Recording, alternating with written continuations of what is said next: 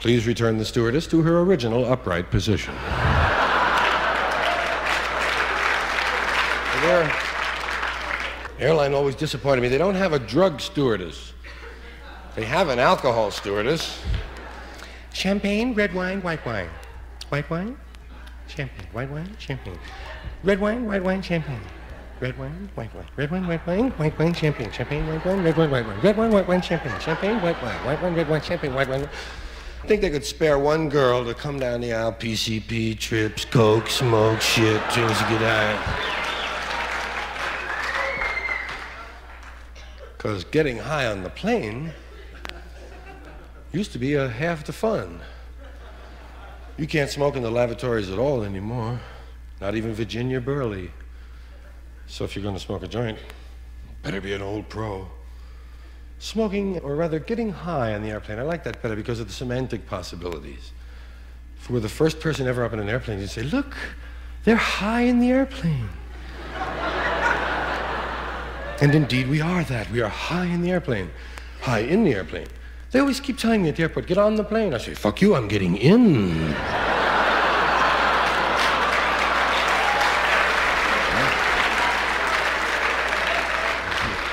Let the daredevils get on. But we call it being high on the plane. They're high on the plane. And if you were an aeronautical engineer and you really liked the design, you might be high on the plane. And then if you got high on the plane, you'd be triple high on the plane, unless you had got high before you got on the plane. Because you can be high on the plane, or let's put it this way. You can get off and get on, or you can get on and get off. Man. I used to like to smoke up in the forward lavatory, because I figured that the mirror was two-way and the crew was watching. And always offering the crew a hit, naturally. Hey, come on. Hey, guys. All right.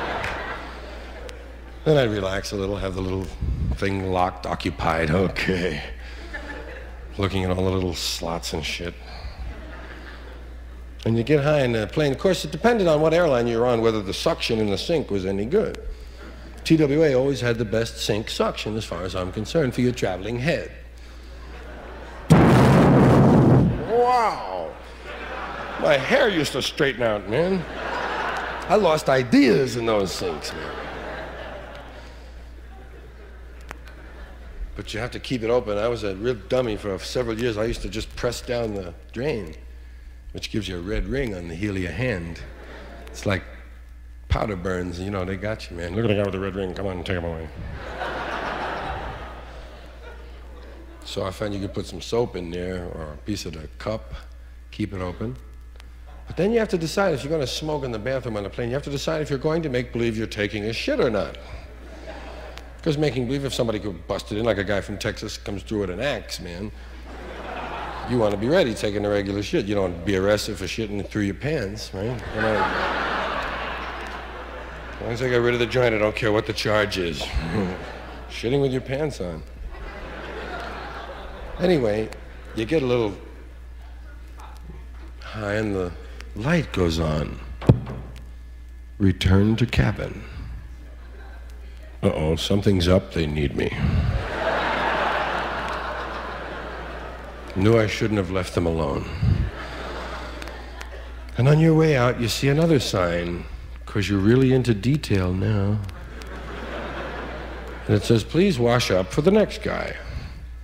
And so you know you didn't do anything in the sink much, but you do have felon's guilt. So you decide to wash up for the other guy, and you even wash off the gray bubbles on the soap that the old guy made, and you start to wash off the fixtures and shit in the mirror. Looks like it needs a little bit. Pretty soon you're doing the walls, man. Any more babbo out there?